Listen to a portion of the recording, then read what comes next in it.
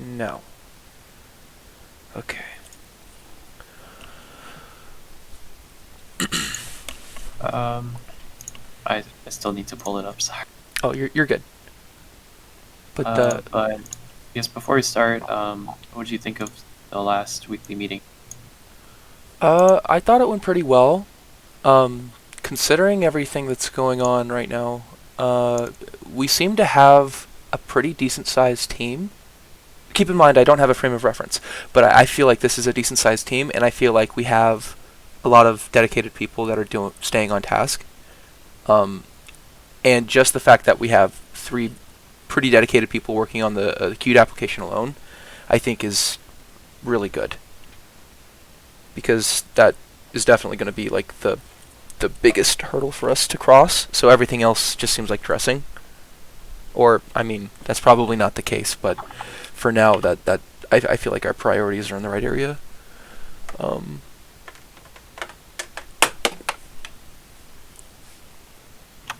Okay, so would you say you're like happy with it yeah, so far? I'd say I'm happy with it.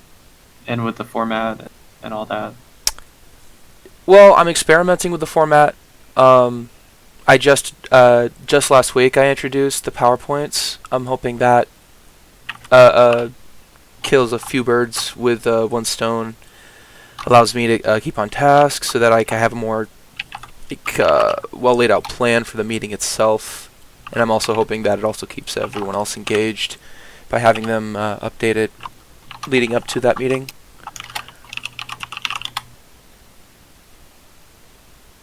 Yeah, I think the PowerPoints,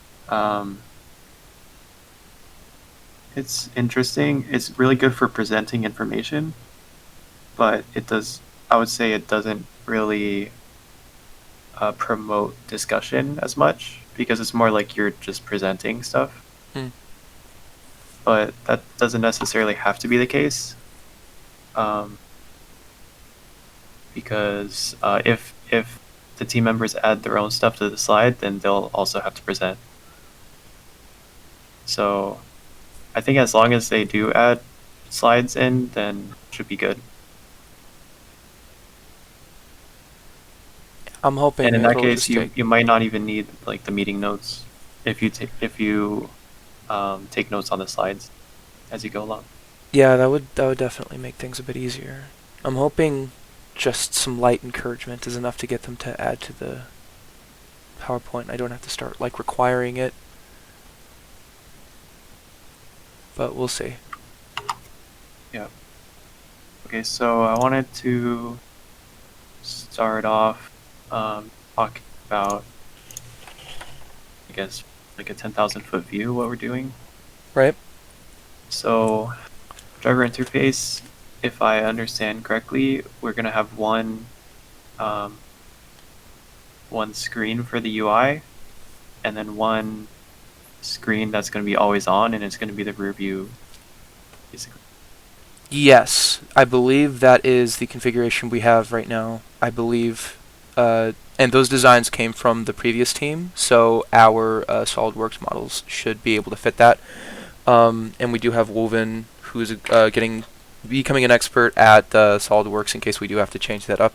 A lot of the indicators and information, I know the previous team wanted to do with like LEDs and some other stuff, which I'm okay with. I think we could probably condense some of it down using the Qt application, but at the same time, like how big is that screen going to be? So these are things that are obviously going to change as we go forward, but I think that is like the idea going forward. Yeah, if we can display things um, like with enough precision on LEDs, then it's a lot easier to do it with LEDs. Okay. But for some things, it's kind of hard to display on an LED. Like, for instance, like the wattage. How are you going to display that on like a couple LEDs? You can't. So that's where the UI would. You're cutting out a bit. Sorry. Let me try to fix my mic. Yeah, go for it.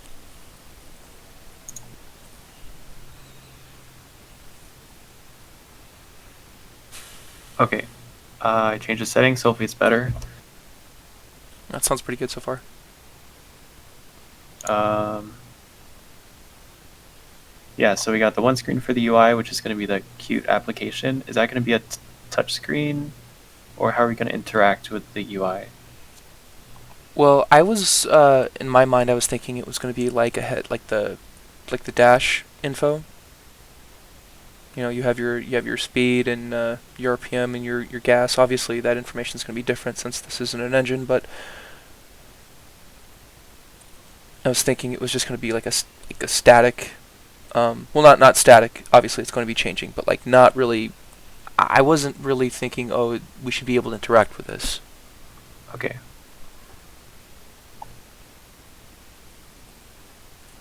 Yeah, I guess the only reason you would want to interact with it is if maybe the screen isn't big enough and you would need to like swipe to another screen to show more information or something like that, or get more details on something. I know. I'm pretty sure the screen that it's going to come with will be touchscreen. Just just based off its design. But I don't think that interacting with the screen like during operation would be very good. Yeah, probably not. And now that I'm thinking about it, we should probably also have a way to like make changes to the screen and the computer. So maybe there should be like a portion where we could have like a little keyboard and mouse. Keyboard. Wait, what kind of changes are we trying to make though? Oh gosh, no, because I'm thinking like it's running off a Raspberry Pi, right? And so we might want to make changes to it. So instead of having to like take it apart, maybe there's like a compartment where we can like upload updates or something. I'm getting off track. No, we should definitely leave the the USB port open so we can update it if needed. Yeah, that's what I was thinking. Yeah. Okay, so I'm looking at. Let's start with the user stories. Mm-hmm. Okay.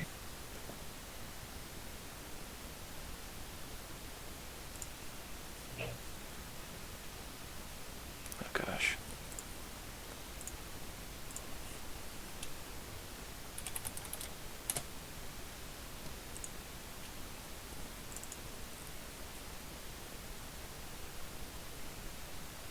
For P5.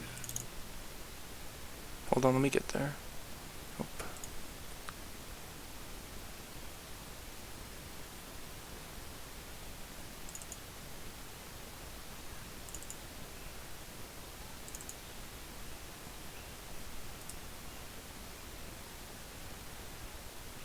Okay.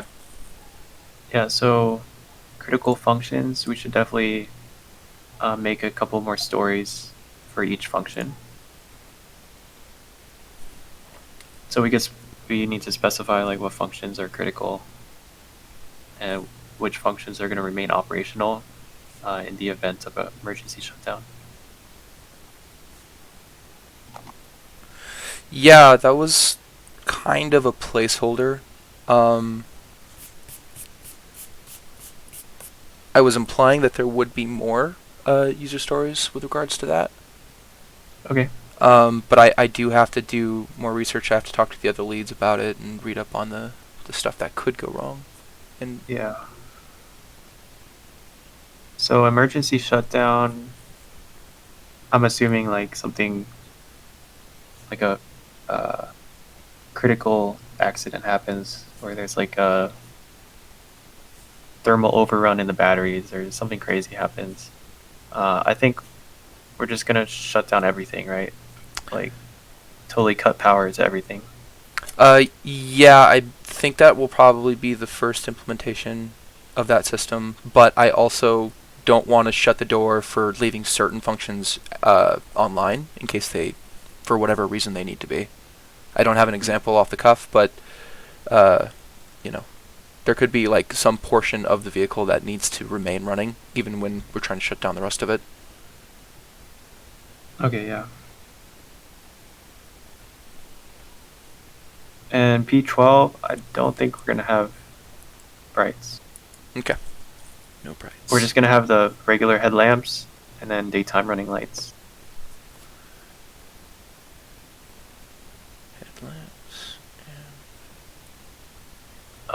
And I think we can actually take daytime running lights out of this because it's going to be on all the time. The user isn't going to be interacting with that at all.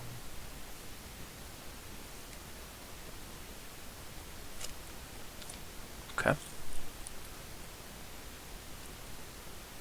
I'm going to make all these changes after the meeting. I'm writing down what you want me to change here on my personal notes.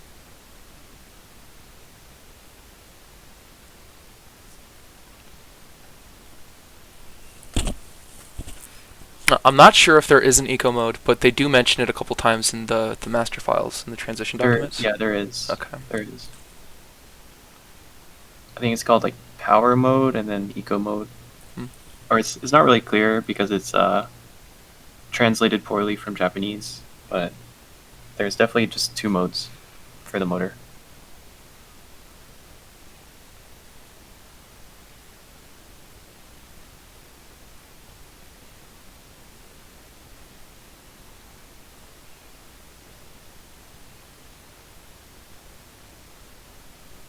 And what does P14 mean? P14. Oh, that's gonna go away. Based on your notes here for the lights and how they operate. God. Yeah, that's not relevant anymore after you've clarified on the lights. Mm-hmm. Yeah, and one thing to note with the lights is, I mean, this is a solar vehicle. We're not really going to be driving it during night. Right. Yeah, so just keep that in mind. I was just trying to cover my bases. Yeah.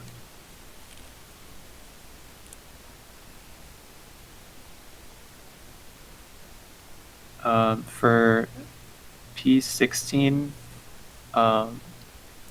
this is probably going to take a lot of discussion because an AC would probably take more energy than we're even producing with the solar panels. So Right. like an AC wouldn't be reasonable. There is But mention something in the transitional documents about a fan on the vehicle. Yeah, like a fan. Yeah. Which kind of sucks for the driver, but Yeah, I wasn't really expecting that to turn into like full AC conditioning. it has to be done. Yep.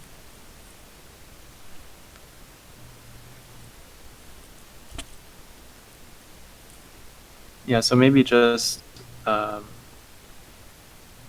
would like to be able to control a fan. Okay. Something simple like that. And I mean, this is up to you to decide if you even want the driver to be able to control the fan or if it's just going to be like on all the time. Well, probably not on all the time because that would, waste power.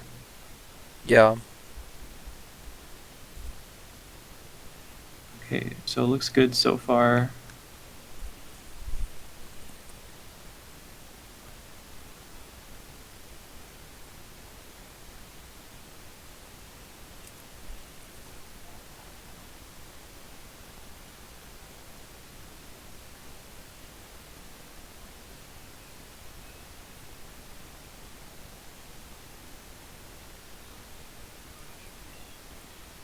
P19, I'm trying to think. Well, this is another thing that was in the transitional documents. They are specifically allowing the user to control like multiple aspects of the vehicle, which I'm mostly just not questioning right now. I'm just getting it on the documents here. Okay, we can discuss it now though. So Yes, of course. I mean, do we really want the user to be able to turn the motor controller on or off? I mean, I'm assuming that would mean like enabling it or disabling it.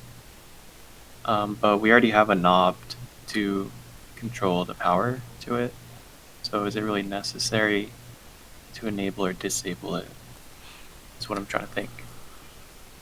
Do you mean with regards to turning the vehicle on, or allowing the driver to, at their discretion, turn it on and off? And what I mean by that is, like, are we going to be turning the vehicle on and then the user will come up and drive in it, or is the user going to sit down and then turn on the stuff and then drive in it? Mm-hmm. Because I think my Probably sit down first yeah. and then turn it on. I'm trying to think if we should have multiple like power modes. So, for instance, like you have off, and then you would have like standby, where you can't actually drive the vehicle, and then you would have running, where you can start driving the vehicle. Hmm. Maybe that would be an option if we're concerned about like safety. Like maybe they accidentally bump the motor controller knob and it just starts going on accident. Based off of the documents, it looks like there are 3 modes: forward, reverse, and park. Is park similar to idle, like you're describing, or? Uh, I don't think there's no park on the motor controller. I wonder what's There's going on with only those. forward and reverse. Those transition documents lied to me. Yeah, there's no park. There's gonna be a parking brake, I hope. Ooh, then I need to add parking brake.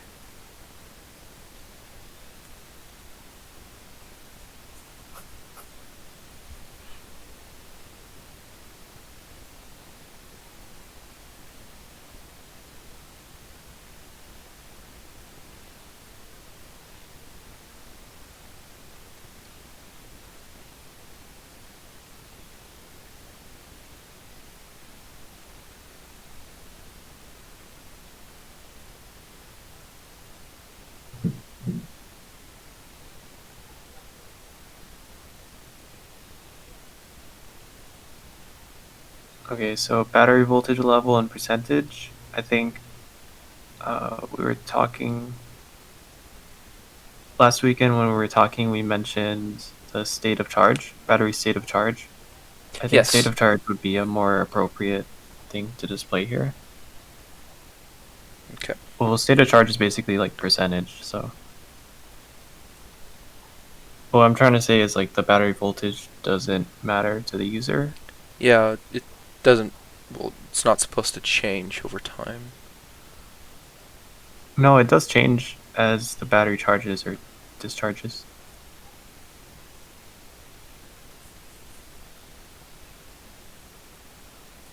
But yeah, like I said before, we need to look through the BMS datasheet and determine what kind of information it sends out already.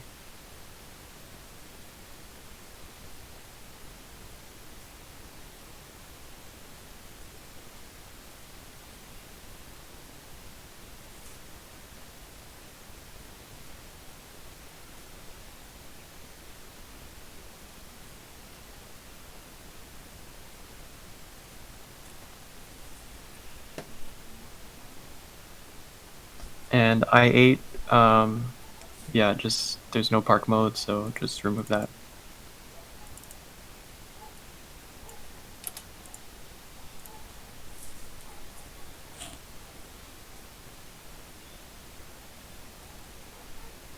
I think. This is a good start for now. I'm not actually sure like how many more features we need, but this is pretty good. I was wondering about that. Like how big these documents are going to end up looking at the end, like when they're in their final stages. Like, am I like only an eighth of the way there, halfway there, or almost there? I mean, user stories. This is like, I would say this is pretty good. Okay, I don't think we need much more. that's really awesome to hear. Because I'm Yeah. looking for more information, and I'm like, I really hope I'm not missing anything. I know I'll get. It's okay. We'll probably add more user stories along the way, because I'm sure we forgot some. Yeah.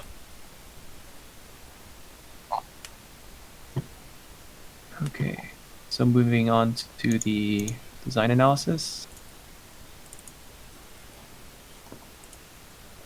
Battery integrity. Did you get that from somewhere? Um.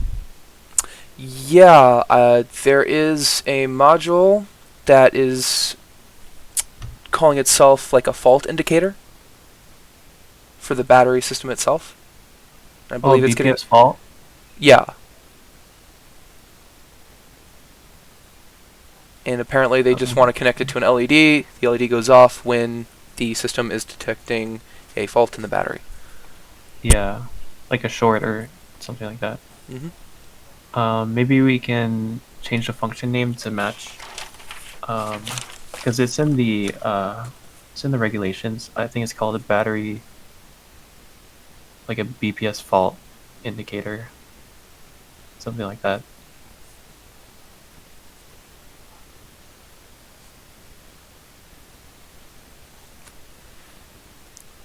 It looks like not sure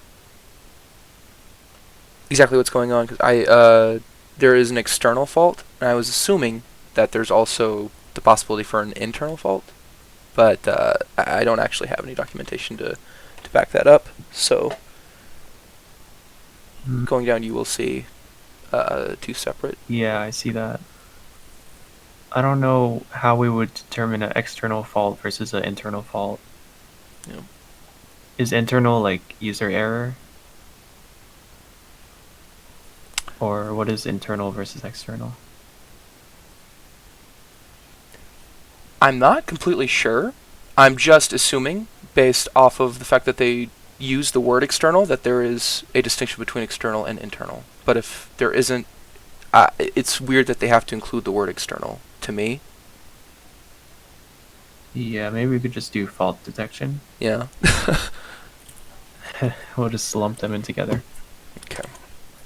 I'm gonna combine external and internal. I was kind of having like an inner conflict about that, honestly. Yeah, and this shows the need to like document what words mean. Like define certain terms if they're not very clear. Which I think so far we're pretty clear. Other than, like, the only thing is the battery integrity I would change. Right. Not that it's a bad name or anything, it's just you want to match the regulations document.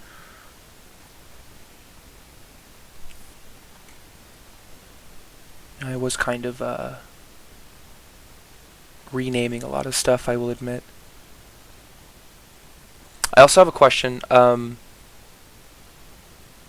assuming a lot of stuff is going to be communicating through CAN. I don't have a lot of evidence for this, except for my intuition.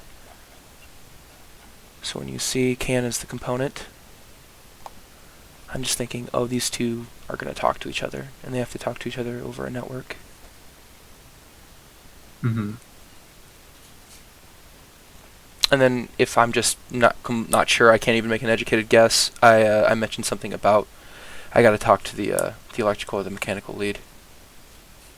So I think we're gonna leave out networking right now. We're gonna put that on our system boundary diagram.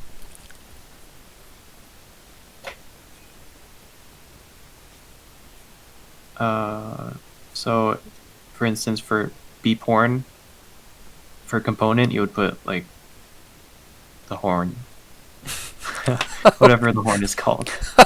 Okay. So yeah. So figure out what the actual module name for that is. Physical component. Got it. And then, yeah, and then we're gonna put all these functions into the system boundary diagram, and we're gonna connect them with lines, and those lines are gonna be either a network, like over CAN, over HDMI, or it's just gonna be like a GPIO line. Right.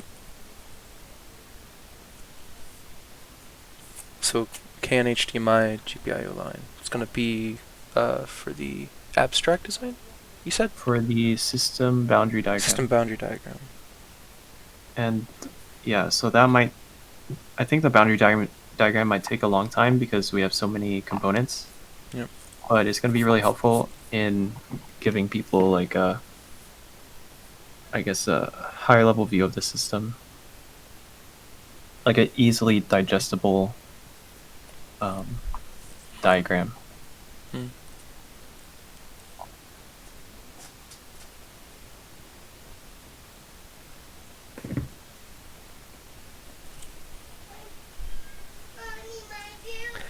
I'm going to apologize in advance if you hear my family in the background. That's no problem. Okay.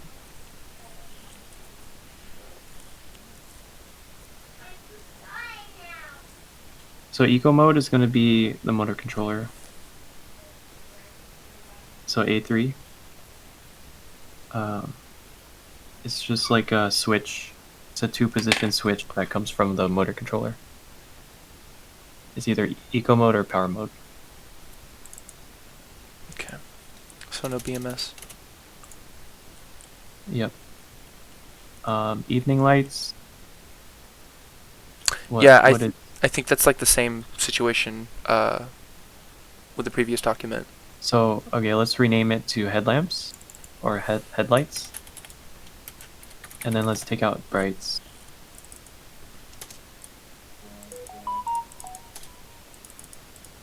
Signal left or right. Let's call it turn signal.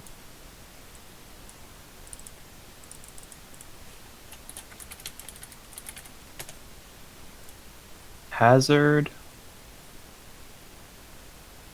Is this a signal? Or is this like a light? What is hazard?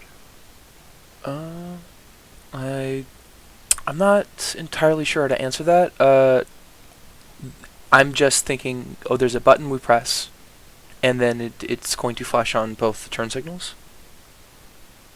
Oh, sorry. Hazard signal. Yeah, I totally forgot about that.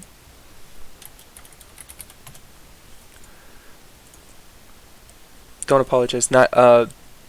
There's always a 99% chance that it was entirely my fault. No, that one was my fault. I keep forgetting about the hazard lights. Let's just mention lights here so I don't forget again. It's embarrassing. Accelerate, decelerate, kill switch. So is this a dead man switch, or have you talked about that yet? I haven't. No, you and I have talked about this a couple times.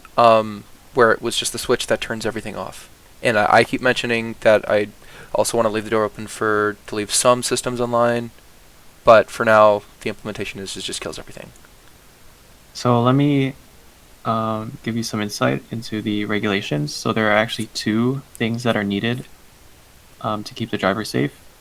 So one is a physical button, which is going to be the emergency stop button, and it needs to be within reach of the driver at all times. And it has to be accessible both within the vehicle and outside the vehicle. Like there's going to be a button outside the vehicle also that's connected to the same system. Okay. Basically, what it's connected to is just a relay, which will cut all power to the vehicle. It'll just physically isolate the batteries, so that nothing bad can happen. I'm sorry. Could you repeat what it was called? I think it's called emergency stop button. So that's one thing.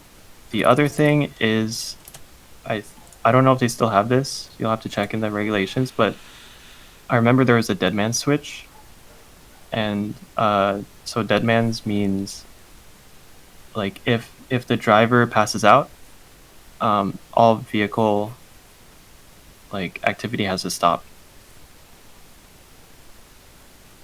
So there's a few different ways to do this. Like, you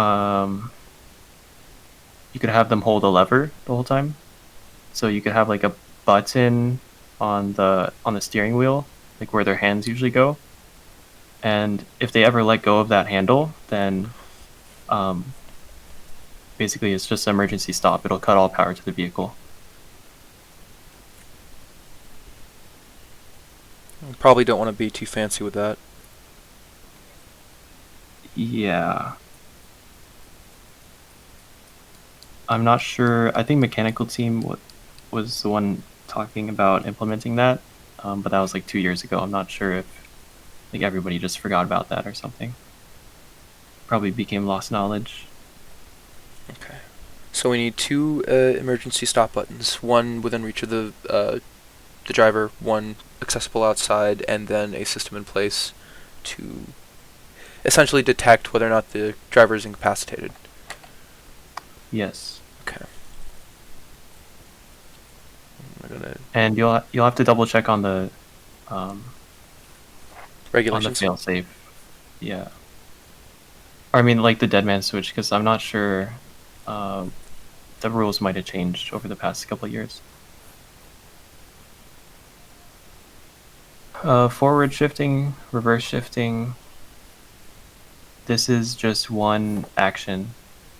And that's because it's just a 2-position switch from the motor controller.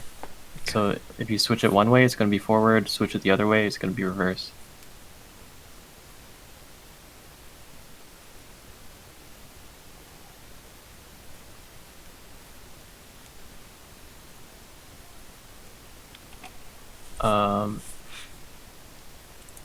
So yeah, you can combine 11 and 12 and get rid of 13.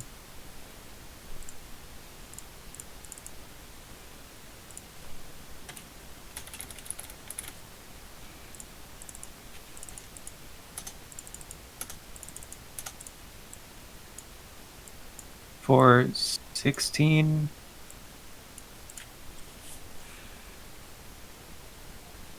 yeah. Actually, I don't have anything to say about that. It's fine. And then 15, 16. Yeah, that was that. That Yeah, let's discussion just we already had. combine it.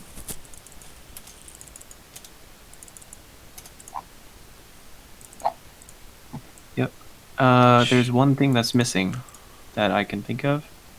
It is the regen braking. Okay. So that is also a knob coming from the motor controller. But yeah, we already discussed it before. Like, we have to consider if we want to make it a foot pedal or not. Same with the acceleration. If the SolidWorks models are already go for a knob, and we already have the knob, which I think we might. So the knob comes with the motor controller. Oh, right. It's already there. It's just if you decide to implement it into the steering wheel or something like that. Okay. I'm gonna review the SolidWorks models. So I think we have to separate. You already have decelerate, so A9 is decelerate, but we got to separate this into 2 functions because there are also brake calipers. So we can mechanically stop the vehicle instead of like using regen braking. So there's going to be 2 ways to brake the vehicle. Sorry, did you say accelerate or decelerate? Decelerate. So we have one physical brake, which is going to be brake calipers on the wheels. And I'm sure the mechanical team already has those. And then the other one is through the knob that comes from the motor controller, which controls the regen braking. What was that first one again? It's I don't know. I don't really know what to call it. It's just physical brake calipers.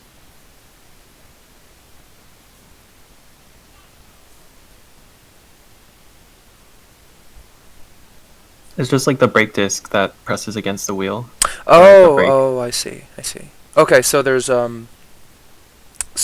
a system on the motor controller that will slow down the vehicle, and then there is the actual brakes in the wheels. Yes. And they work in tandem to slow and stop the vehicle. Not Okay, in got it. tandem. So the physical one is just like a backup. Okay. We always want to be using the regen braking, obviously, so we can get that energy back. Got it. But in case it can't slow down the vehicle enough, then you'll have a foot pedal there to help you stop the vehicle. So that kind of answers the question then, doesn't it? We have the knob applying the regen on the motor controller, and then the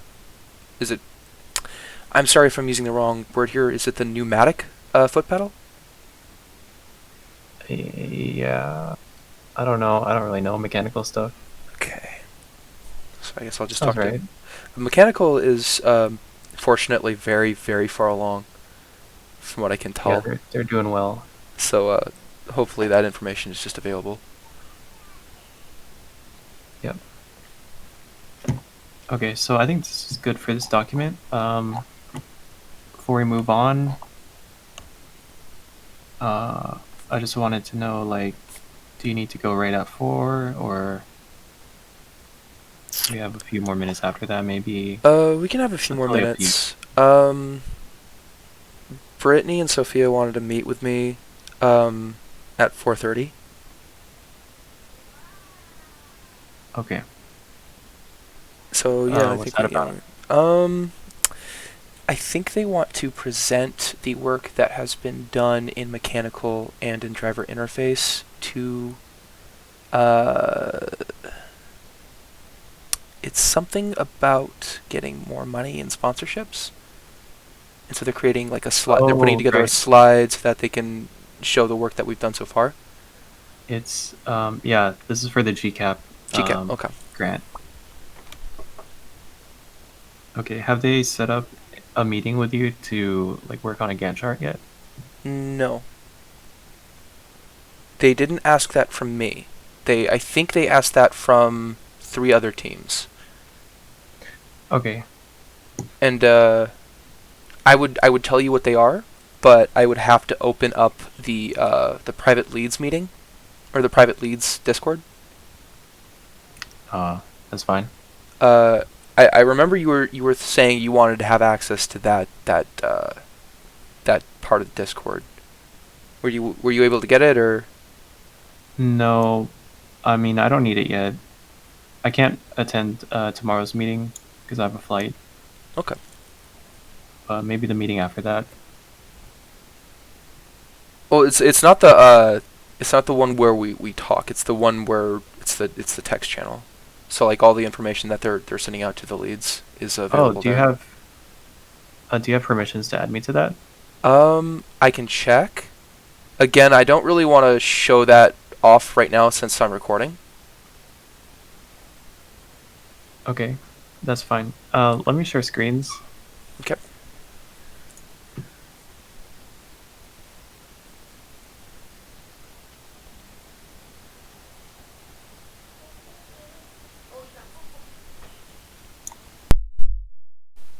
Okay, do you see? Yes. Okay, I wanted to show you a tool, really cool tool. So yesterday we used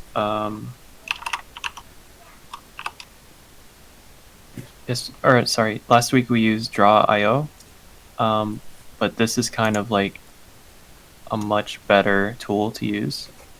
Well, not better, but basically it has this programming language, and from that it produces diagrams, and it's like super useful. Up here is all the different diagrams that you can make. So for instance, let's go to Gantt, and it's really simple, and if you ever need to edit it, it's really easy to edit. Hmm. Yeah, another one of my favorites is the sequence diagram. We might need to use these later on. I don't know yet. Or it might be more for telemetry. But yeah, so you get really cool diagrams like this. Really easy to make. So is this like a scripting language or? Yeah, basically. Something like that. Okay. Yeah. I thought it was cool. I found out about it last week. Yeah, Oh, I like these diagrams because you can put you can have each one of these as a different thread. it seems And very it allows you to practical. make Yeah. it allows you to make like threading diagrams. Let's see. What else is there? Activity. Oh yeah, these really cool like flow diagrams. There's a lot of documentation on it. Oh yeah, it's really, really good documentation too. Like, lots of examples. I think we'll definitely be using some of these diagrams. Yeah. I'll introduce this next Wednesday, and then we'll try and keep up with that. For state machines, state diagrams, this is okay, but I actually use a different tool called GraphViz.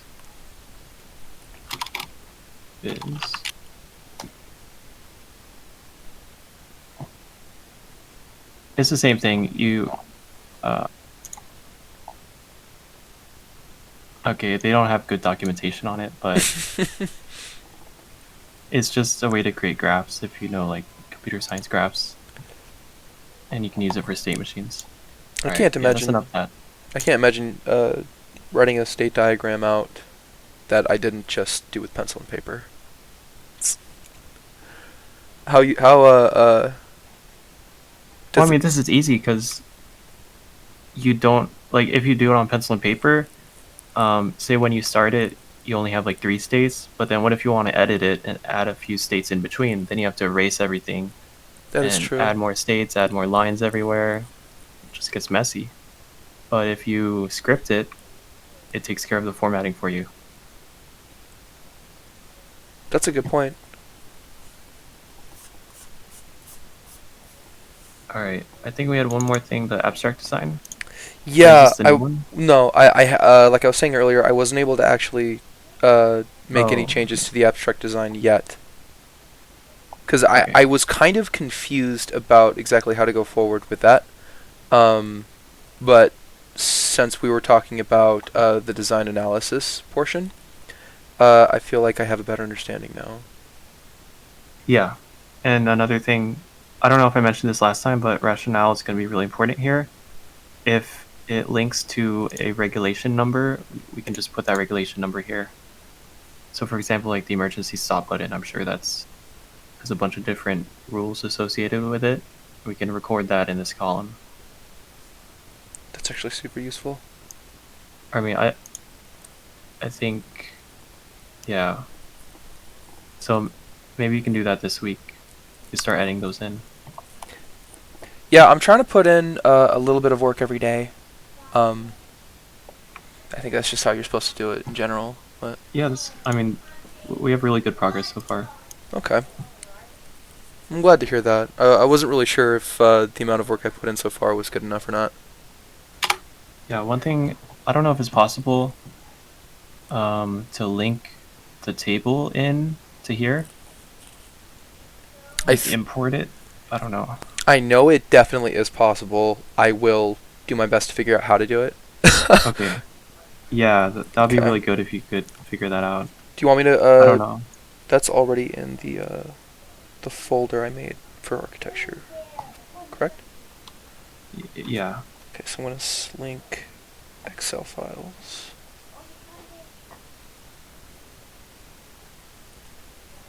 Should we rename that like architecture master file? Sure. Yeah, I just put. I don't know. I couldn't think of a word. I think architecture confuses, or I feel like it might have confused some people during the meeting Yeah. this week. But it's synonymous with system design, so maybe system Yeah. design would be a better word. We're learning system design in a senior. I'm learning about system design in my senior design class right now, and I was thinking this is very similar to that. Yeah, that's what we're trying to do. Sweet. So I'm learning from industry, system design. That's awesome. Well, again, this is only one way to do it. I mean, there's like a million different ways to do it, and it depends like what field you're in, what industry you're in, what your position is, Right, right. like how high or low level you are in the stack, stuff like that. Well, I still appreciate you taking the time. Of course.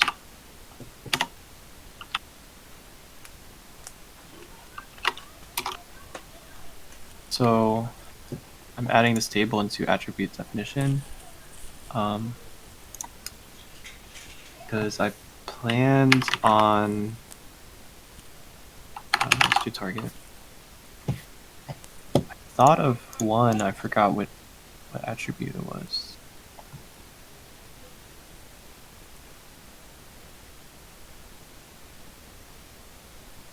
Okay, it was tower draw.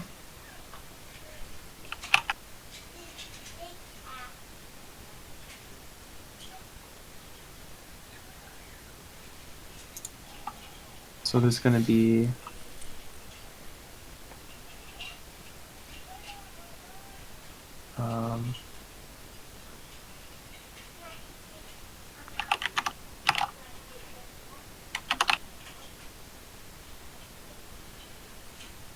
oh my god, what is the past tense? Drawed? I don't know if that's even correct. Drawn. Drawn? Yeah. Okay.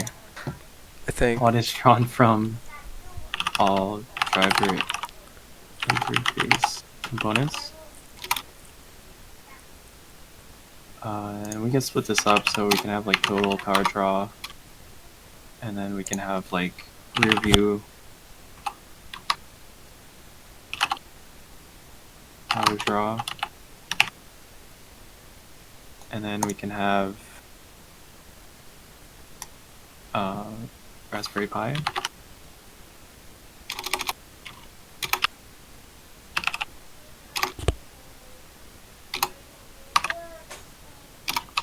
And the reason I'm naming it like this is only just because in case we want to use it in our system, what's it called? System boundary diagram or our state machine. Right. You can refer to it as a variable here. And then that'll translate directly to code. Yeah, that makes sense. Can you hear my family in the other room? Oh no, I can't. Okay.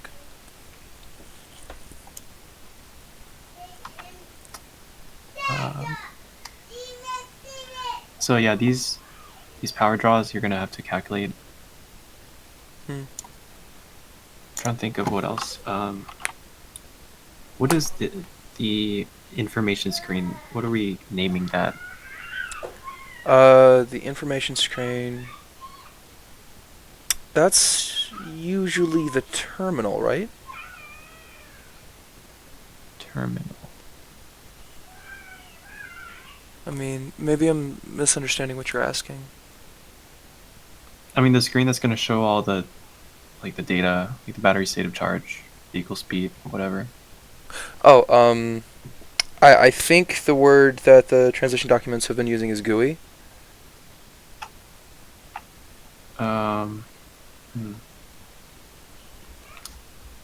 So that's you're talking about the Qt application that we're planning on. Yes. Yeah.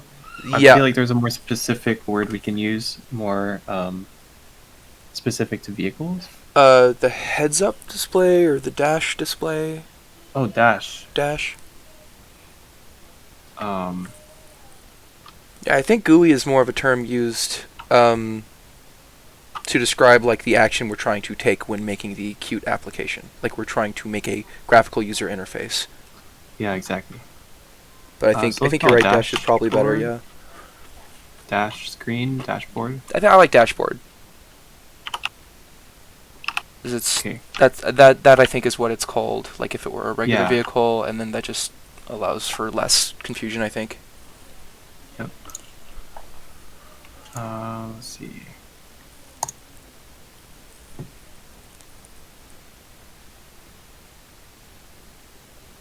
Oh yeah, and the reason why we want these, we want to calculate this so we can give it to the electrical team so they know, I mean, they have to know the power draw. Now, we're trying to get attribute descriptions for more than just power draw, correct? Yes. Okay. So like timeout values, transition times, those are examples.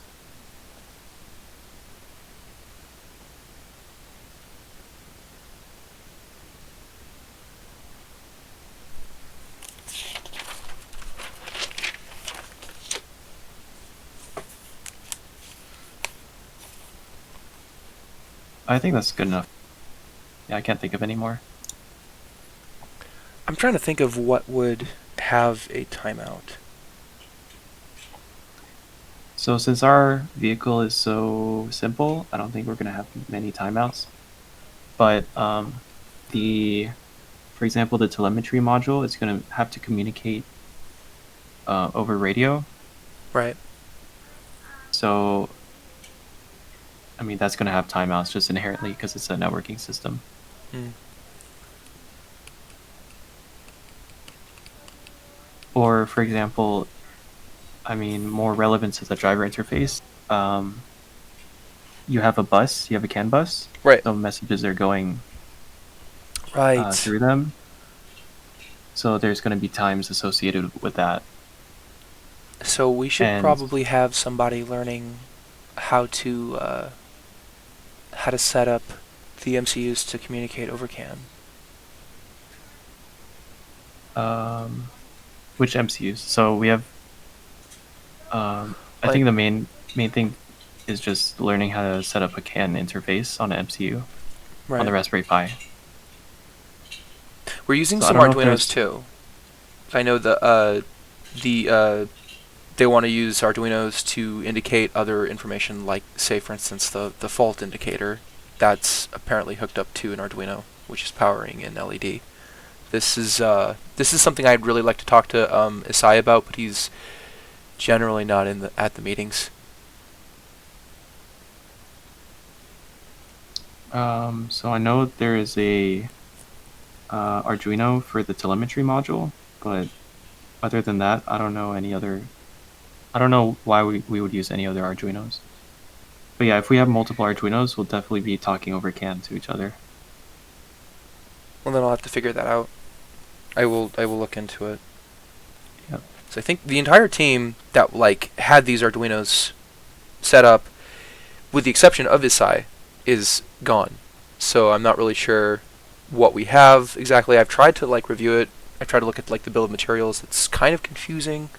I'm not really sure what components we have and what components we don't have. I wasn't really worried about it too much because, again, Asai really seems on the ball. He knows what parts he wants. He knows what parts are available and what we have already. So I guess I'll just have to try and chase him down to get that information from him. Yeah, let's take a look right now. Oh wait. Purchase list? Yeah, I don't know if this is if this is something, if these are things that we've boy. already purchased, or if these are things that we would like to purchase. Yeah, for instance, what does check mean? So we might have acceleration, regen, brake. It's kind of implying to me. To me, it's saying that we have those, and that the rest of those we're trying to buy. Mm-hmm. So I think we have. Oh, start button. Did we add this to the the act functions? I don't know if it's specifically in act functions. I know there is documentation of a start button somewhere. They definitely talked about it in the transition documents. It definitely went up in either analysis or. Mm-hmm. Panic button. I don't know what this is.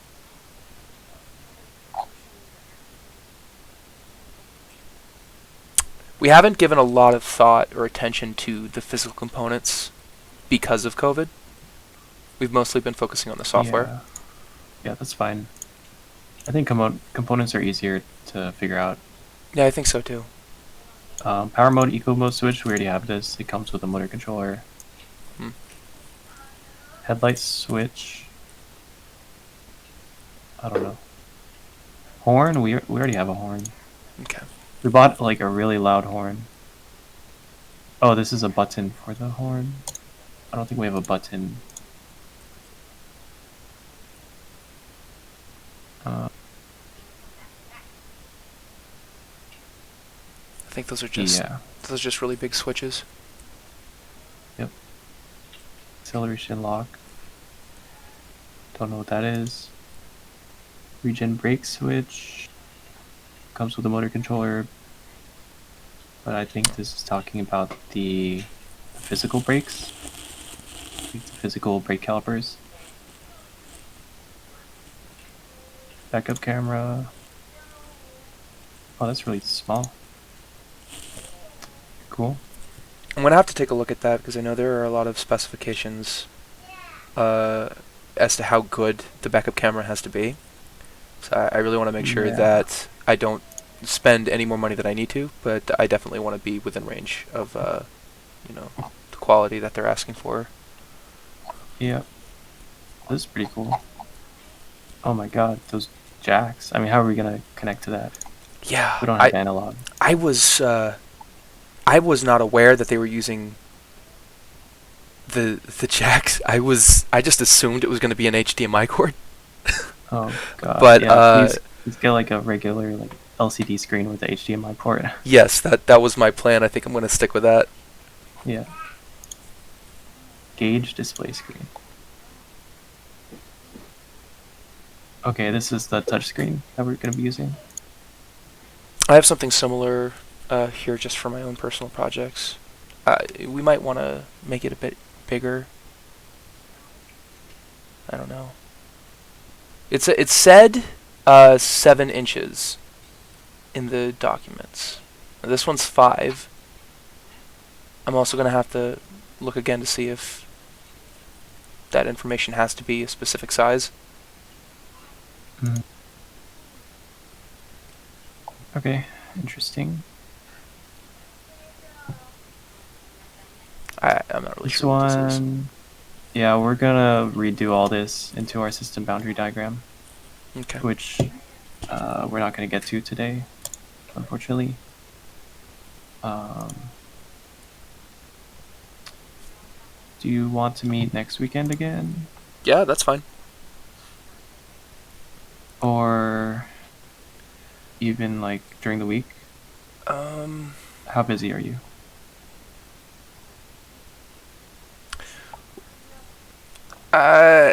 The week is a bit iffy. Would you rather do the weekend? I would. I'm willing to. Can you contact me after? How close to done do you think we are? Because I would like to take a look at my schedule, but I don't really want to do that while recording. So the system boundary diagram is really just going to be putting together. It's going to be tedious, but it's not going to be that hard because we already like hashed out a lot of the functionality. We just got to put it together into one diagram. Right. And then after that, we need a state machine, which is going to be pretty trivial because we don't have any actions in our software. It's just if we're not going to have any like touchscreen actions, then it's just going to be one state pretty much. I can't imagine why we would need actions on the dashboard. Yeah, we don't want to make it too complicated. So, I mean, yeah, state machine. I don't even know if we need a state machine. We might just make some UML diagrams on like the functions that we're calling, and then just call it a day. So, I don't know. I feel like we can take care of all of that in one meeting. Maybe another like 1.5 hour meeting. Okay. So, same bat time, same bat channel? Yep. Alright. Okay. I have a lot of notes to get through.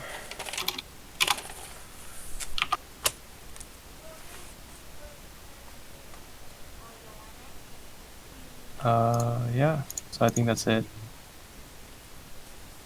Alright. Um, I'm gonna turn off the recording then. cool.